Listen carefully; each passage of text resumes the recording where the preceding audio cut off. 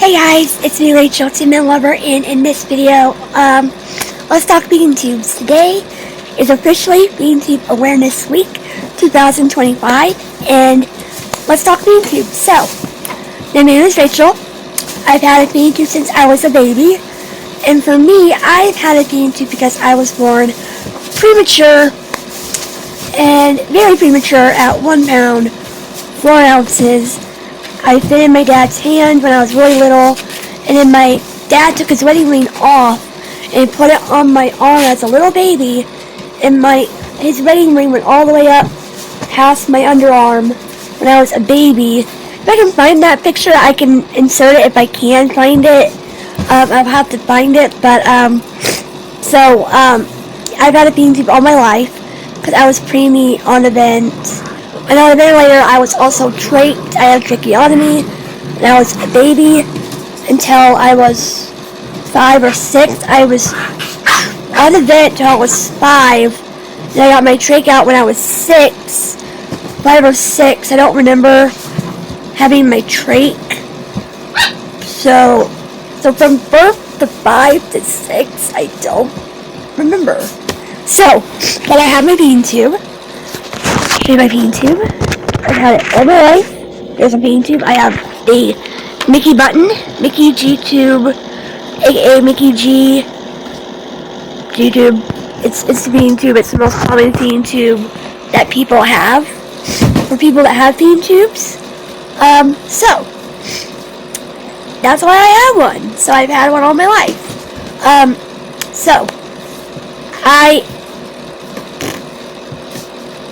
I take my medicine in my Bean Tube.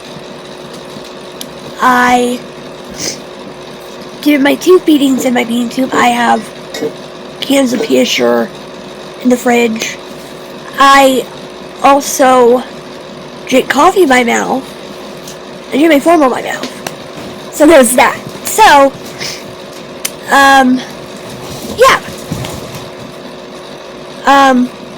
So one thing about me also is I also, not Bean Tube related, but I also, ouch, little puppy was scratching my legs. Besides, because I was born premature, I have a lot of chronic illnesses. I have a chronic lung disease called bronchopulmonary dysplasia, which is something that happens when you're born preemie, really preemie like I was. So it was caused by me being on the vent, trached and on the vent for how I was. Did a lot of lung damage. I also have asthma as well. So when people see me, because I have a feeding tube and a portacath, and I also have asthma as well, but when people see I have a Bean Tube and a portacath, they assume I have CF, which I do not. I have bronchopulmonary dysplasia, so that's totally different from that. So I have a portacath because I have an autoimmune deficiency, which my body does not make any live antibodies. You know how with your blood you have antibodies and it helps you from getting sick?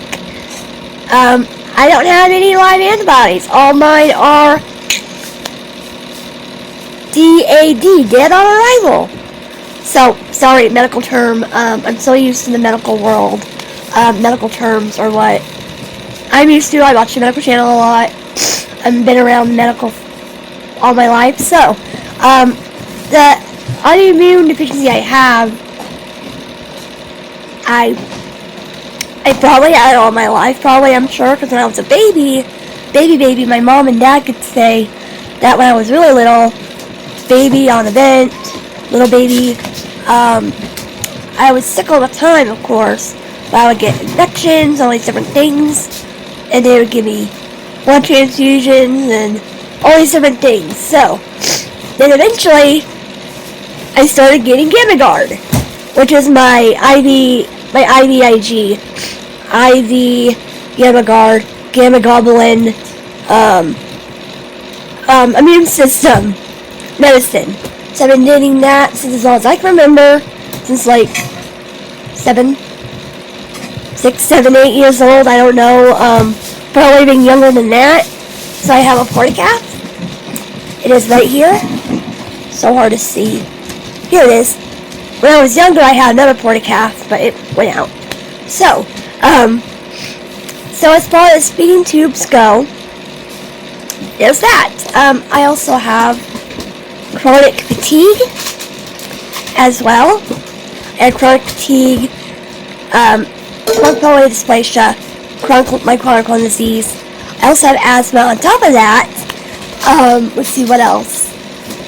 Immune deficiency, asthma, pulmonary dysplasia, chronic fatigue. I also have chronic pain, which isn't associated with any of my chronic illnesses, but I do have mild cerebral palsy throughout my body.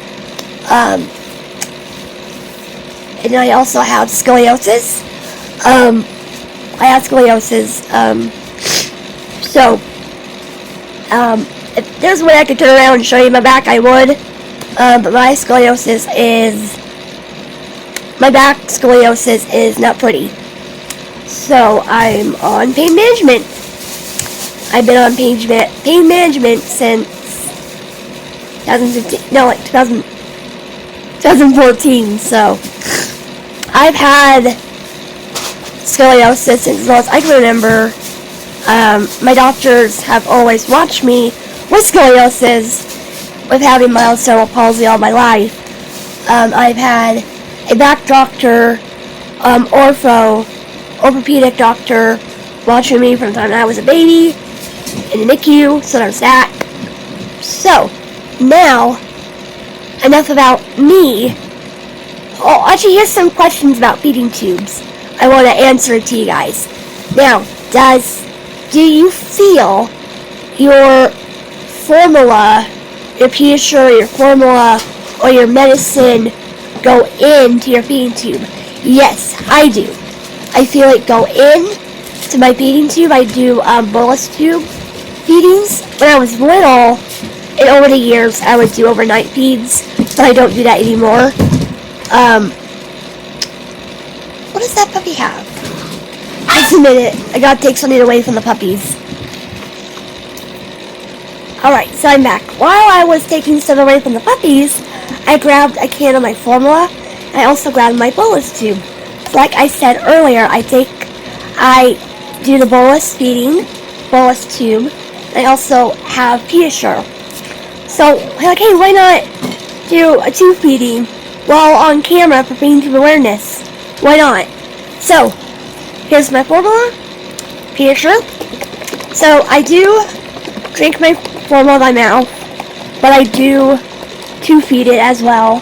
Whenever I need to, like, get extra formula, like anything, like right in there, like I'm like too tired, like okay, I'll just tube it, do a bolus, and just tube it right in. I do drink it, but there's times where I do put it all in my feeding tube and just gives me energy right in there. So, let's do this. Let me see if I can just scoop my coffee over so you guys can see my feeding tube. As I'm doing this a little bit more, okay, maybe not. So I gotta stand up a bit here. Here's my feeding tube. Let's see if I can just do this like this. Here's my feeding tube.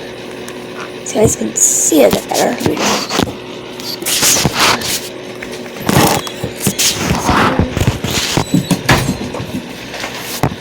Alright, you guys, I apologize. My baby nephew came in. My sister-in-law came in with my baby nephew. I had to put my feeding tubes, my bolus tube, and I get a formula down. So I'm going to make baby nephew a nest, or rearrange my phone so that he does not grab a hold of my feeding tube and pull my feeding tube out. So let me just do that here in a minute. But I can still talk about feeding tube and bolus tubes while I get that figured out. So here's the bolus tube. It's not connected to me, by the way, so we're good. So here's the bolus tube. I have one of the older ones, by the way. The feeding tube manufacturer changed out the bolus tubes and the bags feeds and everything to look now, so I have one of the older ones. I apologize. So, this part connects to your feeding tube. I'm just gonna pretend I'm doing a tube feeding, you guys. Just because I got baby nephew right beside me. So I turn it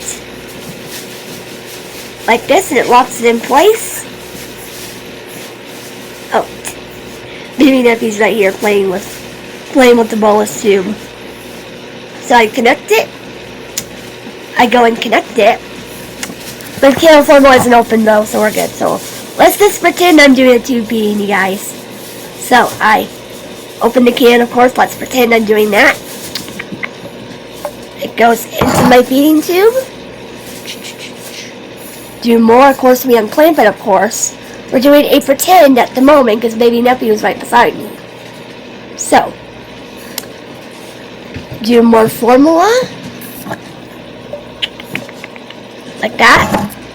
And the whole thing, so yeah. Then you clamp it and you disconnect it from your feeding tube. I'll do it for real here in a little bit. Once I get baby nephew and nest set up. So, that's how you do it for a bolus feed. I will show you guys in a minute. But for a bagged feeding, for when you're on a either continuous feed or a night feed, that is very different. You have the feeding pump with the feeding bag. I've seen people who are on 24-hour feeds and they have their feeding tube, their 24-hour feeds going in a backpack. I see some really awesome backpacks that people use for their 24-hour feeds in the feeding tube community, online and in public. So people are able to do that. They can do whatever they want. When they have a feeding tube, they can go places. People can go wherever they want to. They can bring their feeding tube stuff, their cans of formula or whatever, and their medicine, and go wherever they want to go. Like example, I can go into, say example, my birthday is February 6th. It's coming up here this week on Thursday. So I'm planning on going into town and going to Starbucks and McDonald's to get my free cup of coffee.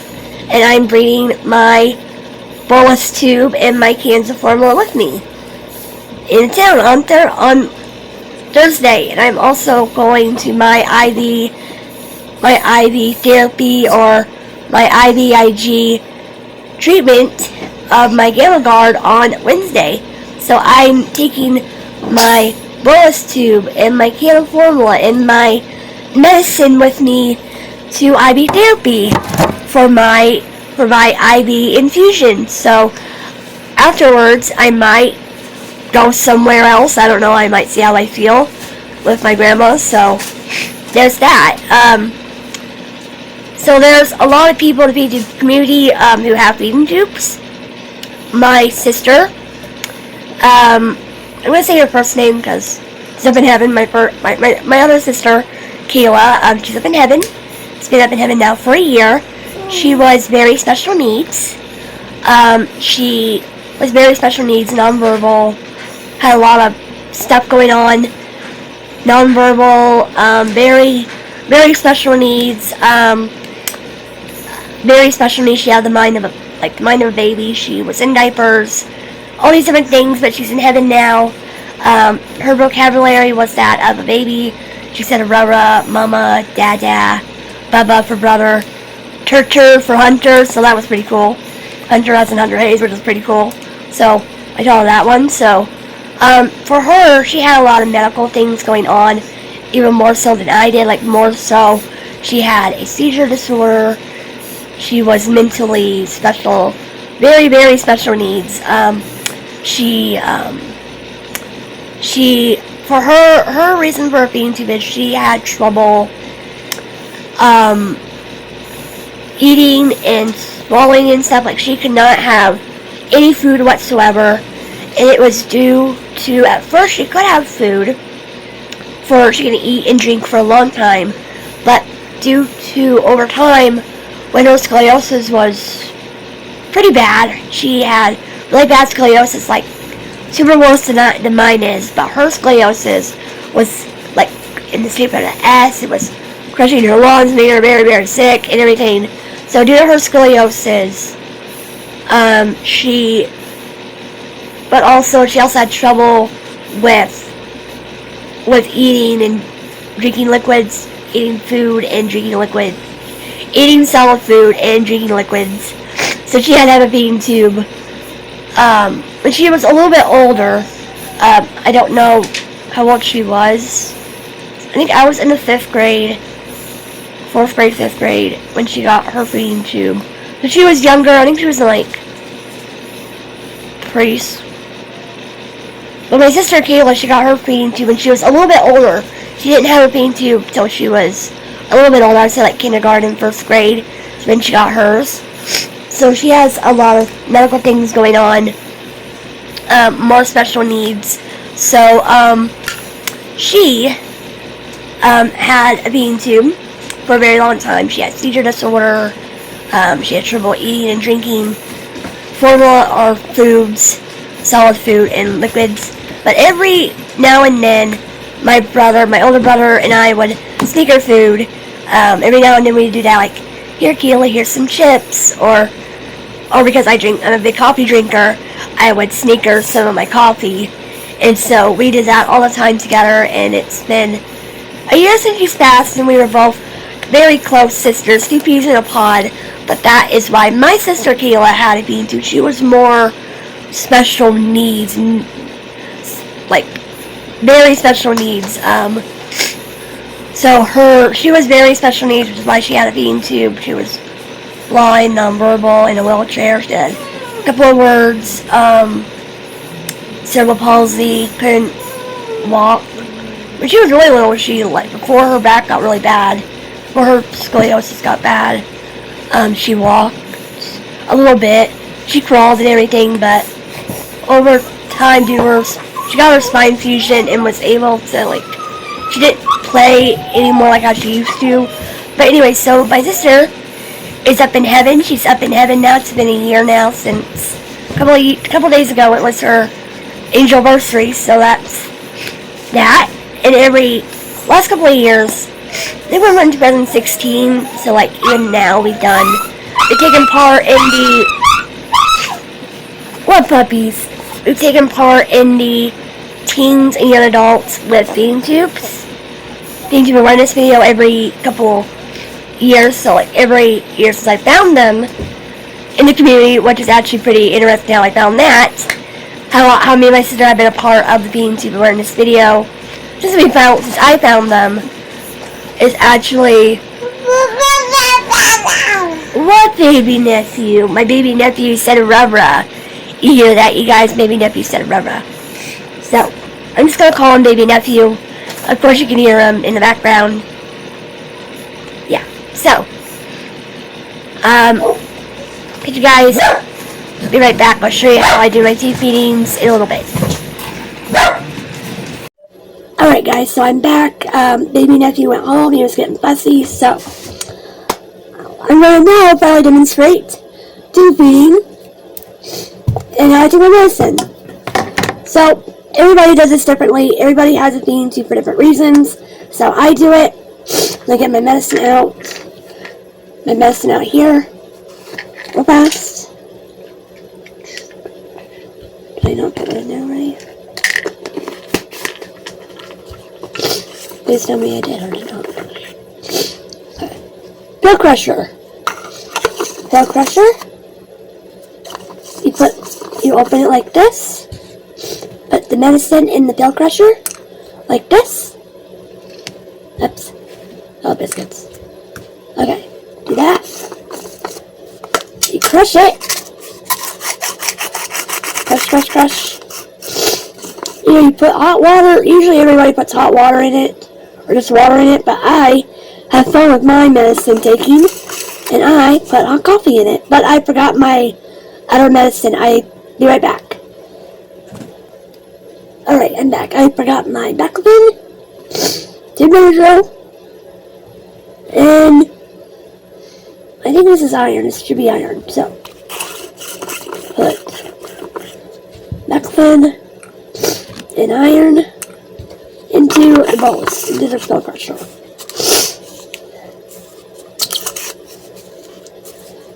Just crush, crush, crush. And then with sometimes you're going to pain to crush. So when you get your medicine in liquid form, I would highly suggest that. Because liquid form is so much easier than pill form. By the way. Okay. Put that all in there. Then for the Benadryl, you just take your fingernail like this and pour it in like this. There you go. And like this. There you go. Put the medicine in there. Because sometimes my medicine makes me itchy. So, this part is optional. I just use coffee to warm up, melt my medicine, because it works. So, just get some coffee set up. Oops, sorry guys. Coffee in here. Melt the medicine. Because putting all the medicine there helps melt the medicine. Makes it way easier. So, oh Lord, if that tipped over, I'd be so mad. Okay. Got my medicine right there, so now, my cup of coffee. Stay. Okay, so, bolus tube. Feeding tube. I'll show you for real now this time. Show you how I really hook it up. Feeding tube. I go and I open up my feeding tube like this. Take the connector part and I line it up. Line to line. Oh dear. Line to line. Line to line. And turn. Turn, turn, turn. We're good to go. So now, unclamp. And pour your medicine in. And mine is funny color because I put my iron in. Boy, is that delicious. Alright, being sarcastic, but it's okay. So, put more coffee in there. Let me get some water going here real quick. Alright, water. Using a random baby bottle, so, pour it in. That's how I usually take a medicine, guys, so that's, everybody has their own preference of how they do their medicine. That's how I do mine. Okay. So, I highly advise to be way older to put coffee in your feeding tube because it is hot. So I highly suggest you be way older and ask your parents' permission if you're younger watching this. Like you want to put hot cocoa in your feeding tube, that's fine if you're younger. If you're not old enough to have coffee, you can put hot cocoa in your medicine in your feeding tube, but be very careful, it is hot. So have your parents' permission to have them help you do that. If you want to put coffee or hot cocoa in your feeding tube when you take your medicine. Just want to let you guys know that you need to have your parents' permission. If you're younger, put coffee in your feeding tube, or even hot in your feeding tube to melt your medicine. So, formula flush or water flush, like this. I do not count how many water flushes I do. I just fill a baby bottle up, however much I want. And now, since I'm right here, I'm just going to do a tube feeding for you guys. So, why not? Alright. Let's go down. Let's go down. Alright. And let's do this. And cheers, you guys. Cheers. Bolus tube, cheers. Cheers. Or continuous speed, cheers. Okay, so we're fine. So, I just take my time doing my feeding, my bolus tubing. It's pretty fast for me. I'm used to doing it for a couple of minutes. Everybody has their own tolerance of how they handle their feeds. For me, I do bolus feeding. and so they're my sisters, so we do it what works best. So it's everybody has their own preference of formula and how fast they have their feeds go. In this case, mine's a bolus feeding, and it can go fast because it's the fastest way to do it, and it's so convenient. I hate night feeds, and oh boy, the 24-hour feeds are a nightmare. So this is how I do with tube feeding, you guys, for feeding tube awareness for anybody who's has no idea. My name's Rachel. I've been feeding tube all my life. So yeah, and one of my sisters up in heaven, she had a feeding tube too. But now she's up in heaven eating and playing and talking and running around and playing and giving Jesus a run for his money. Okay, so this is how I do tube feeding, guys. Happy Feeding Tube Awareness Week. Today's Sunday, so I think it started today because I think it's supposed to start from the 8th. Second to the 8th, but it's kind of confusing. But anyway, so yay! So everybody has different diagnosis for why they need a feeding tube for different reasons, and there's also many different types of feeding tubes. There is the feeding tube, like I have, the G tube, the gas, like stomach feeding tube that goes into the stomach. Then there's also nose feeding tubes, or NG tubes.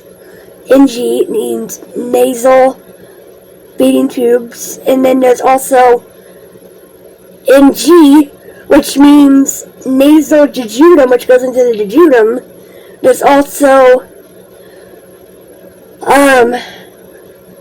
GJ, which is also a feeding tube that goes in the stomach that goes into the jejunum as well.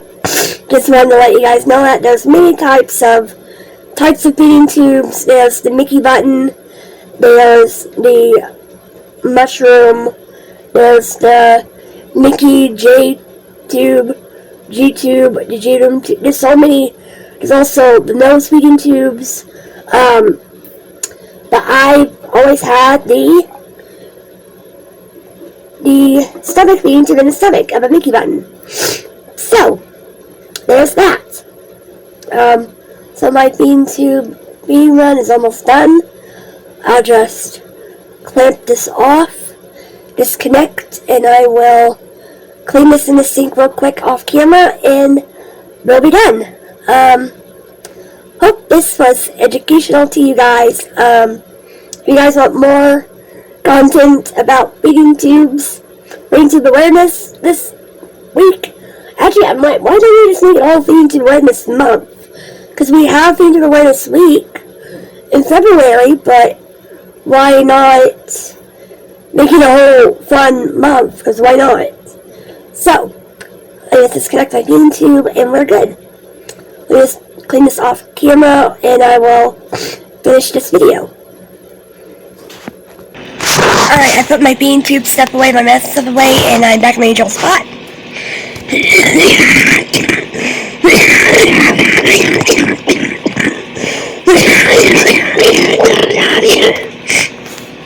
Oh, some other things I wanted to mention also, I did not mention in the first part of the video, is some other questions that you guys might have pertaining to feeding tubes. I'm going to go back to the first couple of questions I mentioned, is that do you feel when you do a feed, either a bolus feed or a pump feeding, 24-hour feeding or night feed, do you feel it going in? Yes, you do. And then you feel it going in, water, hot, cold, whatever. And does your feeding tube hurt? Like the stoma area, yes, it does sometimes, but my mom puts medicine on it. I can do another video on that. In my next video feeding tube this week, I can show how my mom puts medicine on it. And, we can actually do a feeding tube change, actually, because it's been a while since I have my feeding tube changed. So every couple months, a stomach feeding tube gets changed very often. So I can do that in between medicine. So we can do that maybe tonight. Sometime. Actually, I do get my infusion on. I can get my bath, and my mom and my sister can change my feeding tube. So we can do that in a couple of days. So that'd be a fun video to put out because I haven't done that in a few years. So we can do a feeding tube change on video again. We can do that again. I can put some medicine on my feeding tube. I'll put medicine on my feeding tube stoma. We can do that on camera and all that fun stuff. So happy feeding tube awareness, you guys. You guys so much for watching. Bye.